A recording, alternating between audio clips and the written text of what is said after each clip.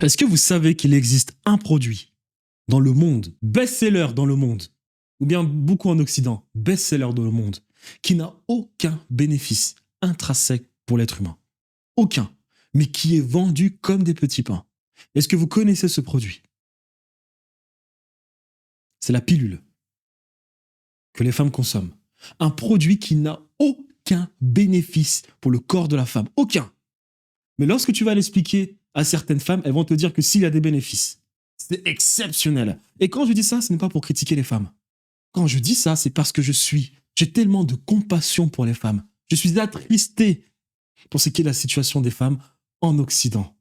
Parce que les femmes, lorsque tu apprends l'histoire de la femme occidentale, tu comprends pourquoi. Aujourd'hui, elle est capable de défendre la pilule et de donner des justificatifs pour ce qui est de la consommation de la pilule. C'est-à-dire que ceux qui ont la peau dépigmentée existent depuis 8000 ans maintenant.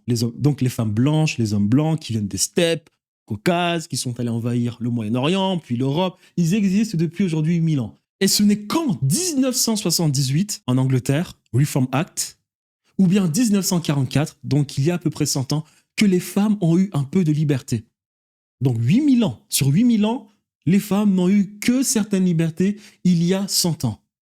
Les Grecs qui vous parlent de démocratie, les femmes n'ont pas de liberté, ce sont des biens cheptels, elles servent à pondre des enfants. Les Ariens, les femmes servent à pondre des enfants. Les Romains, les femmes servent à pondre des enfants. Les Germaniques, les femmes servent à pondre des enfants. Ce n'est qu'en 1918 qu'on a commencé à penser qu'il fallait donner certaines libertés aux femmes. Et lorsque vous regardez ensuite le statut de ces femmes, vous vous dites, mon Dieu, c'est-à-dire qu'on a donné certaines libertés aux femmes, très bien, mais la femme, il ne faut pas non plus qu'elle abuse. Elle a certaines libertés politiques, juridiques, mais elle doit rester un bien, un produit de consommation. C'est-à-dire que si vous faites des recherches, vous regardez à quel point il y a de la lobotomisation, de la subversion pour ce qui est des enfants en Occident, le programme Alfred Kinsey, Hugh Geffner, John Monet, la CIA, Disney, les films Disney, Netflix, son film Mignonne. Vous apprenez lorsque vous faites des recherches que la femme, on a conditionné la femme depuis son plus jeune âge pour qu'elle devienne un produit de consommation, un produit sur lequel on peut faire du business et en plus de cela, elle doit être en même temps une grande consommatrice.